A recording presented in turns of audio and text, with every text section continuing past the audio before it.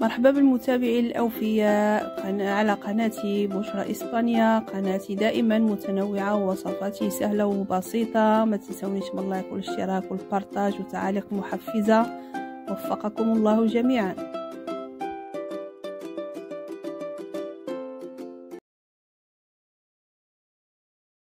السلام عليكم ورحمة الله تعالى وبركاته. المتابعين الأوفياء، نهار جديد وفيديو جديد جيت نبارطاجي معكم هذا الفيديو. نحييو أيام زمان مع الوليدات، طريقة تحميص الزريعة الكحلة ولا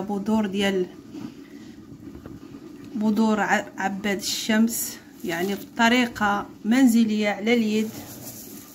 كتجي الزريعه مقرمشه وملحه رائعه، يا سلام. نتمنى الفيديو ينال الاعجاب ديالكم، وخليكم مع الطريقه ديال التحضير. نفرحوا الوليدات مره بحال اللي غنمشيو نشريوها من الحانوت، نعدلوها لوليداتنا في البيت. علاش لا؟ الزريعه كتجي مقرمشه رائعه بدون مواد كيميائيه ولا مواد حافظه، سمحوا قرميشه وملحه. خليكم مع الفيديو وطريقه التحضير، وما تنسونيش من الاشتراك واللايك وبارطاجيو الفيديو. موفقين جميعا وجزاكم الله خير الجزاء، احلى متابعين. السلام عليكم ورحمه الله المتابعين الاوفياء، نتمنى تكونوا بخير وبصحه جيده. دائما نبداو بالصلاه على رسول الله، اللهم صل وسلم على سيدنا محمد وعلى اله وصحبه اجمعين. اليوم بغيت نشارك مع المتابعين الاوفياء طريقتي في تمليح الزريعه الكحله اولا بذور عباد الشمس، يعني غنيه عن التعريف، كلشي كيعرفها. كتكون ما مقلياشي، كتباع عند العطار، موجوده تبارك الله ما شاء الله كثير. وهاد التمره كتكون رائعه جدا. اليوم قلت توفرت عندي، قلت علاش لا ما نشاركش معكم الطريقه ديال التمليح ديالها. كتجي رائعه ومقرمشه، يعني وشي حاجه على اليد في البيت بدون اضافه اي ماده. واستغنوا على الرمله، حيت كاين اللي كيقليها كيملحها ويقليها في الرمل. اليوم غنشارك معكم غير في الفرن. عندنا الزريعه الكحله وغنحتاجوا الملح من بعد، ملح الطعام عادي وشويه ديال الماء. غتضيفوا الكميه اللي بغيتو نتوما، نص كيلو 4 كيلو اللي متوفر عندكم.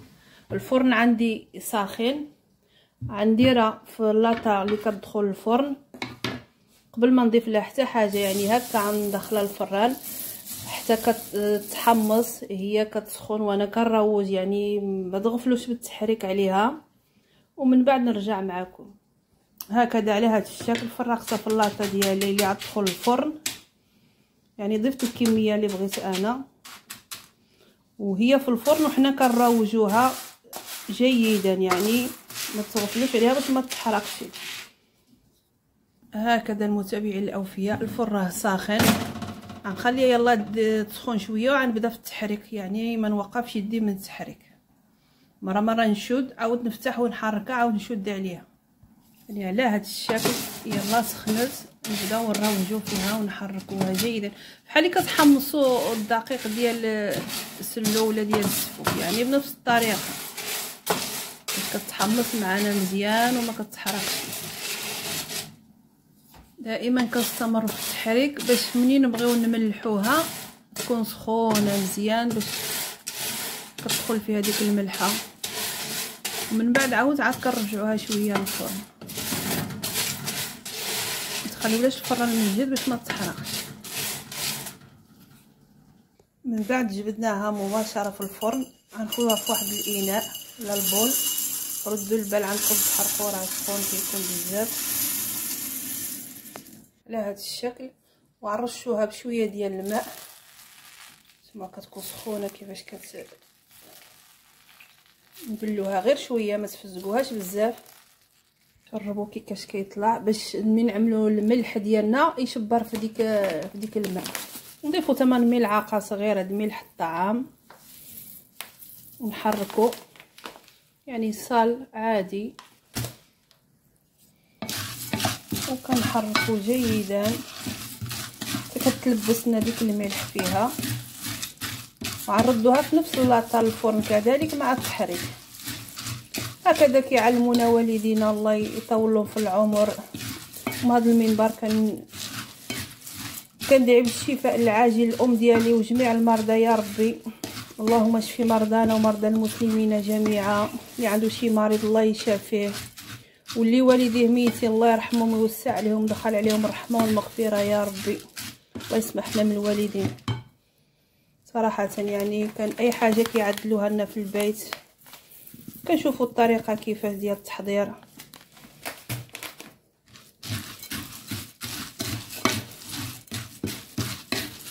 هكذا كنلبسوها جيدا ونردوها للاطا ونديروها في الفرن هكذا على هذا الشكل، ورجعوها للفرن. شوفوا محبين الزريعه، انا من عشاق هاد الزريعه الكحله سبحان الله العظيم، عندي عزيزه بزاف، ما يمكنش ما نوصيش عليها ولا ما نشريهاش. كتعجبني على البيضه سبحان الله العظيم. في الوليدات كنت كنشريها بزاف هاد الزريعه، دائما خصني 5 دراهم الزريعه ولا 10 دراهم. هي راه صحيه الزريعه، فيها فوائد كثيره. الان غندخلوها عاوتاني مع التحريك المستمر الى الفرن. هكذا المتابعين الاوفياء، ما تبخلوش عليا من لايك والاشتراك والبارطاج والتعاليق محفزه ورائعه بحالكم. جزاكم الله خير الجزاء، الله يوفق ربي الجميع.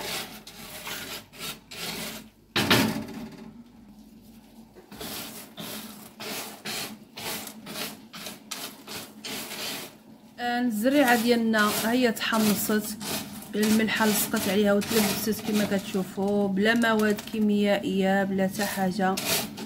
هي كتحمص وهي كتعطي واحد الرائحه رائعه الزريعه. وانتم كتقيسوا على ما ينشف ديك الماء، يعني الماء اللي كان فيها جيدا باش ما تحرقش معكم. دائما مع التحريك المستمر، وملي كتلبس بالملحه، والملحه الزائده كتبقى في اللاطه. والزريعه ديالنا هي واجده، شي حاجه معدله في البيت على اليد وفي الصحه والراحه. هكذا على هذا الشكل احنا خرجناها، هي باقا سخونه، كتخليوها حتى تبرد على مهل تبرد جيدا. كتجمعوها في شي اناء ولا في شي رضومه. وكما تبغيو الزريعه كتجبدوا الزريع على اليد في البيت وبالصحه والهنا. ما تنساونيش من لايك والاشتراك وبارطاجيو الفيديو لتعم الفائده. سمعوا التقرميشه يا سلام.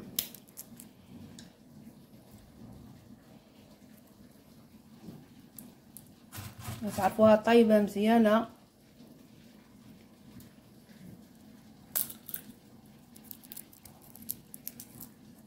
على هذا الشكل اما محروقه ما حتى حاجه.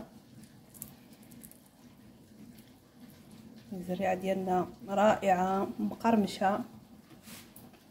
الى الفيديو القادم ان شاء الله.